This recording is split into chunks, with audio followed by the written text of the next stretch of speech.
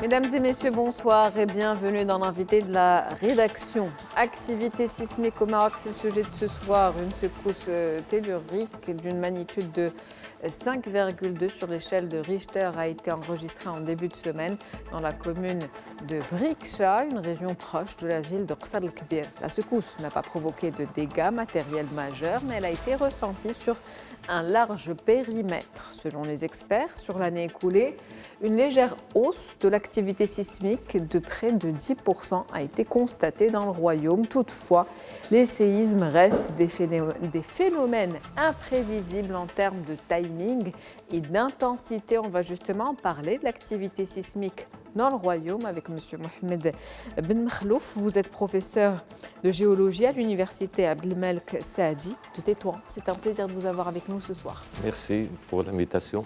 Merci de l'avoir accepté. Alors, il y a eu ce tremblement de terre d'une magnitude de 5,2 exactement.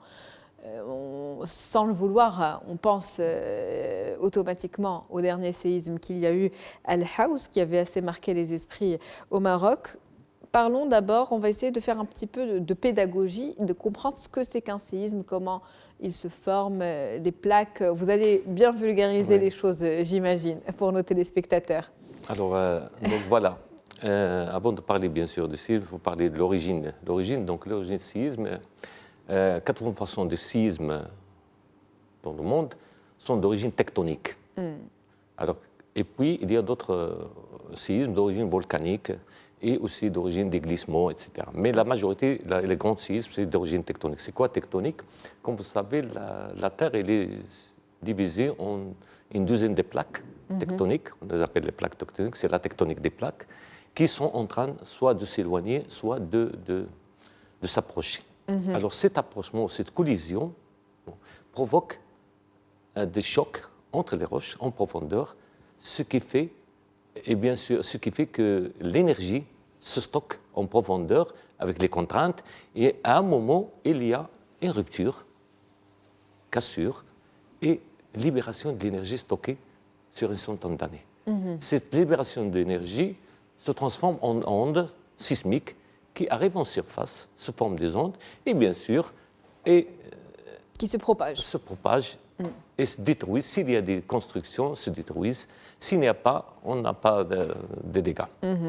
Y a-t-il des particularités géologiques locales qui expliquent la propagation de ces ondes? Oui, bien sûr.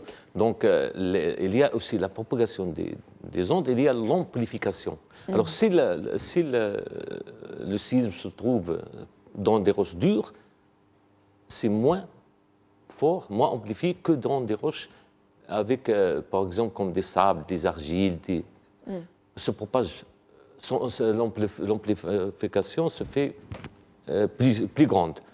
C'est pour cela, si je passe au séisme de l'Arrache, de Briksha, à Rabat, ils ont senti parce qu'il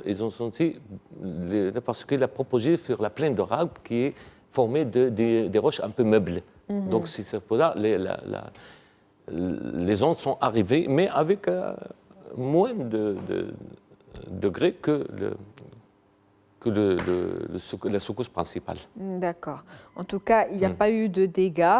Un séisme de magnitude 5. C'est moyen. Alors, qu'est-ce que ça représente quand on parle de l'échelle de Richter et quand on parle de ce chiffre qui est 5? Qu'est-ce que ça représente? Comment se mesurent en général les séismes? Alors, les sismologues ont fait une échelle qui s'appelle l'échelle de Richter de 0 à 10. Bon, 10 c'est maximum, on n'a jamais eu un tremblement de terre de 10. Donc, si vous permettez, voilà, j'ai quelques... Donc, moins de 3,5, on ne peut pas ressentir. Mais les sismologues, ça veut dire des appareils, ils peuvent enregistrer ces séismes. Toujours, on a des séismes de 2 degrés, 3, soit au Maroc, soit dans les régions sismiques. Mais quand on a entre 3,5 jusqu'à 5,4, par exemple, on a des dégâts, mais peu. Limités. Et c'est moyen. Au-delà de 5, ça devient un risque. Au-delà, alors de 6 à 5, ça devient. Mais j'aimerais bien rappeler une chose, les gens, entre 6 par exemple et 7, ce n'est pas 1 degré, c'est exponentiel. Alors 7, c'est 36 fois l'intensité de 6. Ça veut dire, séisme de Al-Haouz, il est 36 fois puissant que celle de Hoceima. Donc, et ainsi de suite. Donc, c'est exponentiel. Donc, plus on a 8, c'est très, très, très puissant. Et aussi, et je rappelle aussi, et ça dépend aussi de plusieurs facteurs. On peut avoir, par exemple, un séisme de 6 ici. Au Japon, le même séisme, même degré, mais les dégâts ne sont pas les mêmes.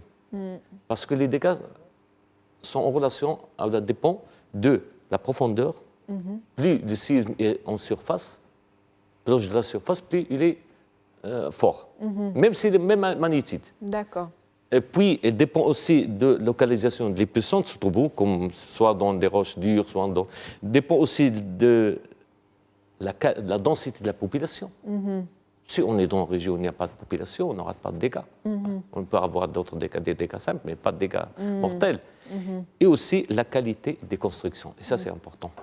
Il faut des constructions antisismiques. Parasismiques, on les appelle parasismiques. Dans les zones, pas dans toutes les régions, mais dans les zones, là, comme le Japon par exemple, ou Los Angeles, Californie, ils ont une faille San Andreas qui est très active et qu'ils attendent toujours, ils ont des constructions parasismiques. D'accord. Quand on parle justement de zones plus à risque que d'autres, si on revenait au Maroc donc, et aux régions au Maroc, quelles sont les régions les plus à risque au Maroc actuellement? Alors le Maroc, malheureusement, il se trouve dans la limite, surtout le nord du Maroc, ce sont de la limite entre la plaque africaine et la plaque européenne, qui sont en train de se rapprocher.